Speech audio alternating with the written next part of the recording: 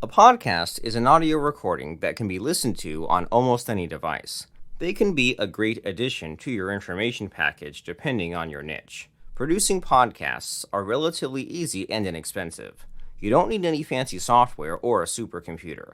There's plenty of available free software that can get the job done. The critical thing here is that your recordings are clear and also are on topic. Your podcasts shouldn't ramble on, and the length of them need only be as long as necessary to convey your thoughts.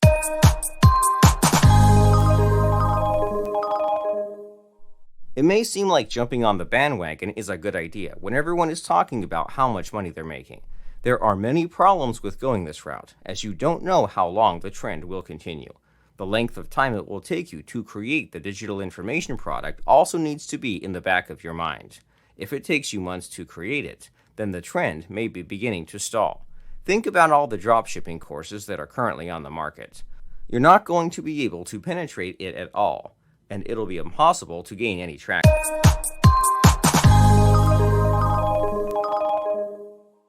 Everyone on the internet is looking for low-hanging fruit. No one wants to work hard these days to earn a buck. Don't be surprised if you see lots of people producing info products flocking to a trend. You have to ask yourself if that's something you want to fight against. The answer to that question is more than likely no. You'll end up getting lost in a sea of content with no hope of ever getting noticed. If you see YouTube and social media being flooded by a particular niche, then it's probably best to steer clear of it. Let the other people spin their wheels in the quicksand while you make some actual money.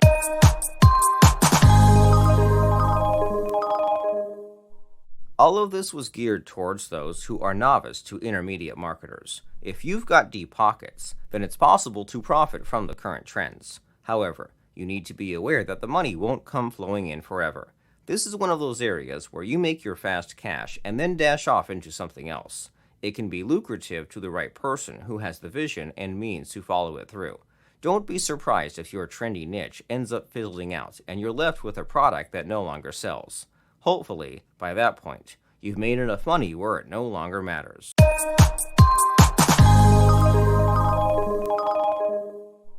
What you want to do here is study how much your competitors are charging for their products. You need to find out who the most respected people in your niche are. See what much they're charging and price your products accordingly. Someone who has been in the niche for a while will have a good understanding of what people are willing to pay for an informational product. It's not something you're going to get a feel of right out of the gate. You will begin to see patterns, as everyone tends to find what the sweet spot is through trial and error. It will take you some time to find it as well, though it will more than likely be around the same price points as the others.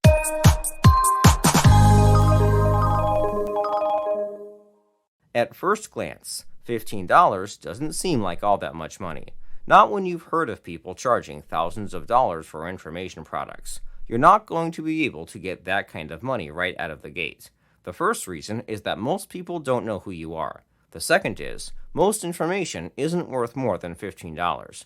The information you're selling helps answer the questions that someone is having. What you're doing is putting that information in a neat package, so they don't have to spend all day long searching the internet for it. If you price your items too high, no one is going to buy them.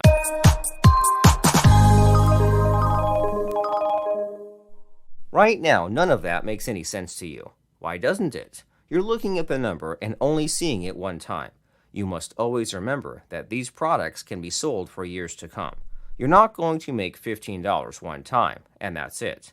The hope is that you'll be able to sell this information for years and years. That means you can make an almost unlimited amount of money, even if it is coming in at only $15 a pop. It's when you realize that the money compounds sale after sale that the price of $15 almost becomes irrelevant.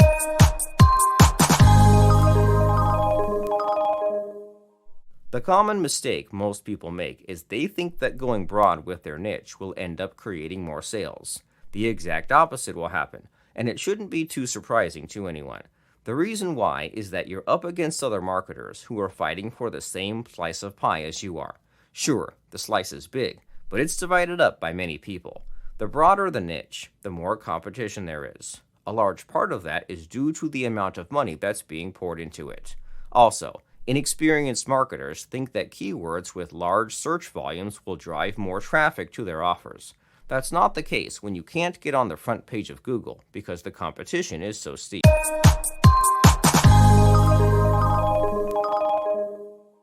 The purpose here is to fill the void that others aren't. You're answering questions that users have with your information. The way you reach customers without having a huge following is by ranking for relatively easy keywords. These keywords won't bring in large amounts of traffic, but they will be more than likely to buy. Why? It's because other sites aren't meeting their needs. You can cash in on the low search volume by creating info products that address the needs of a select few, while gaining traction in hopes of someday being able to sell to the masses in with more broad keywords.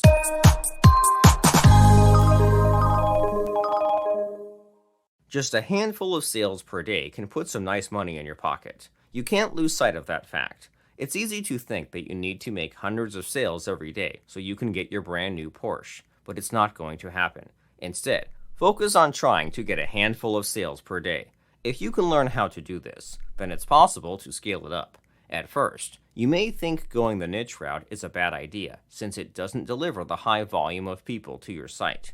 That's the wrong attitude to have, as your hit counter means absolutely nothing. The only thing you care about is your bank account, and you can make plenty of money focusing on a select few that are willing to pay for information.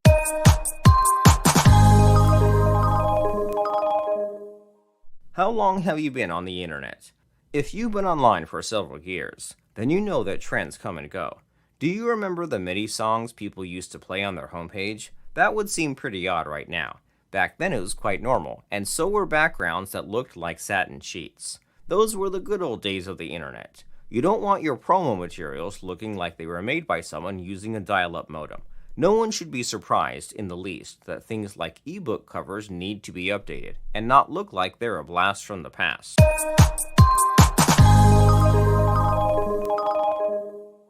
If a visitor is new to your site, they don't know that you update it often. They know nothing about you at all. First impressions matter, and that's where sales are made or broken. If your site looks stale, people will think they landed on something that isn't being maintained.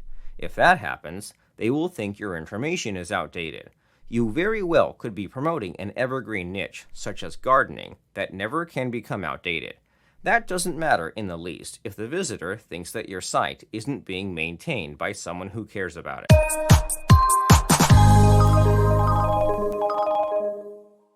You can easily find someone at an outsourcing site or a forum to give your promotional materials and covers a tweak. You should keep all of your PSD files so that they can be edited by whoever does it for you. You'll make their job so much easier by having these files handy for when it's time for them to edit your stuff. It's always a good idea to ask designers for all of these things when they turn in their final product. You never know if something right out of the gate will need to be tweaked, or if you make revisions down the line that will require the materials to be edited.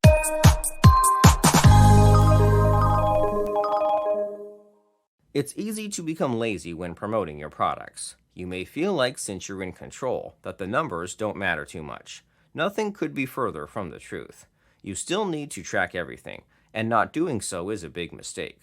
Just because you own the info product doesn't mean that conversions are less important. If anything, they're more important because you've got time and money invested in your product. It's a huge mistake to think that your investment is less worthy of protecting than an affiliate offer.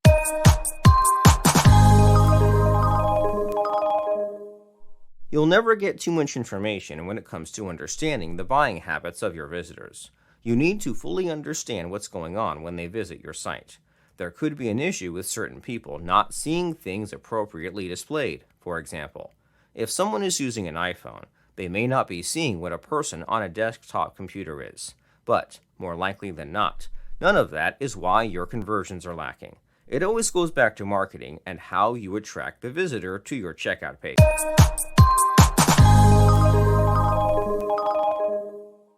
A great reason to track the entire stay of your visitors is that you can buy advertising to retarget them.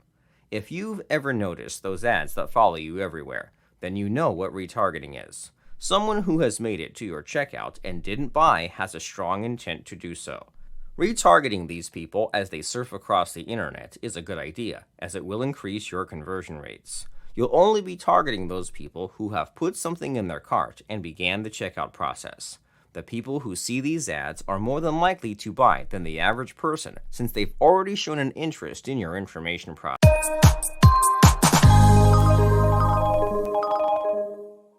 Paid traffic can be addictive, since it's delivered almost automatically to your sales page.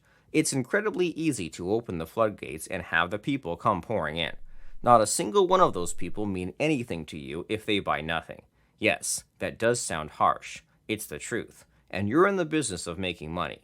The information you have for sale comes at a price, and there's no need to deny that fact in the slightest. You're not running a charity, and the ads themselves cost money.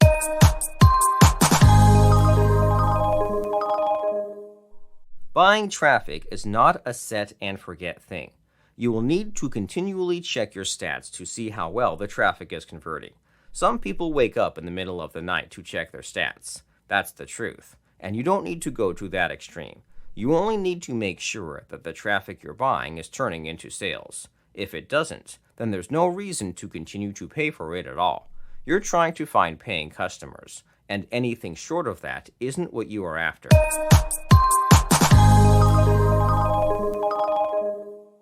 This is often referred to as scaling up. The first thing you do is set a low dollar amount to spend on your daily ads. That amount may be $5 to $10 per day. It will take you a little time to find an ad and landing page that converts. When you do find the ad that converts, that's when you scale it up. The sky is the limit on any ad that is profitable. That's not even saying an ad that converts can't be tweaked to increase your conversion ratio. It merely means that you shouldn't increase your ad spending until you've found the perfect advertisement that brings in a profit. Anything short of a profit means you need to go back to the drawing board and keep working on the ad until it works.